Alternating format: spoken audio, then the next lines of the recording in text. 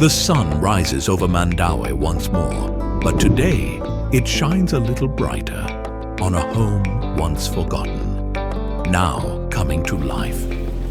This is Payag, the Home Makeover series. Here, in this quiet corner of the city, stood a dream half-built.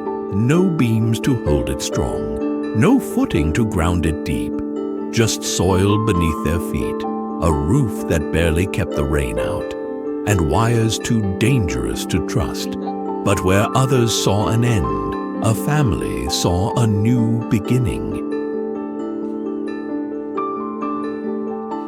Together with the Payag Team, they laid down more than just cement. They laid down love. They laid down legacy. Together they built with their hands and healed with their hearts. This is more than just a house. It's proof that dreams, no matter how long deferred, can rise again. Stronger, safer, and full of life. Chris, kaniadto ang imong balay, wala siya finishing. Magka-uwan, lapok siya sa suod. Ito ang imong ato, niya kuyang ang iyang structure. Karon, inunanin na ang imong balay.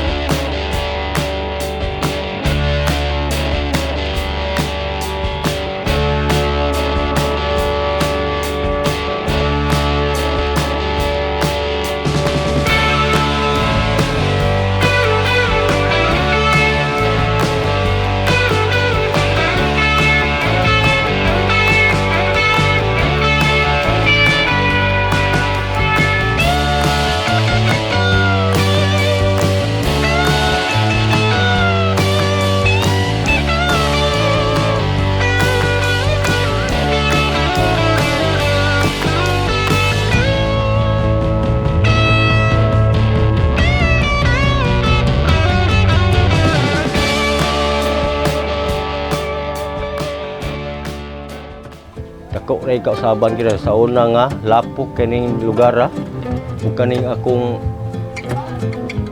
bungbong wa giday finishing, labi na ang suod sa kuang panimalay walay flooring, then wala sa beam, labi nag mag-uwan to kay gibuslot ko na akong mga atok. Sa karon nga pa na siya. Kompleto na gid siya, sir. Di na gid mo to, di na ko malapok, di na ko malusong kuan, uli nga lig-on kay siya. Salamat ko sa HNCNEWS sa Amanda Architect. Daghan kayo salamat ninyo. Labi na sa kahitasan, salamat kay Lord sa imong blessing na po ang inyong nama. Dinhi sa Payag Home Makeover Series, ang pagtransform ng mga balay makapausap sa dagan sa kinabuhi sa uban. Hantod sa sunod episode, daghang salamat.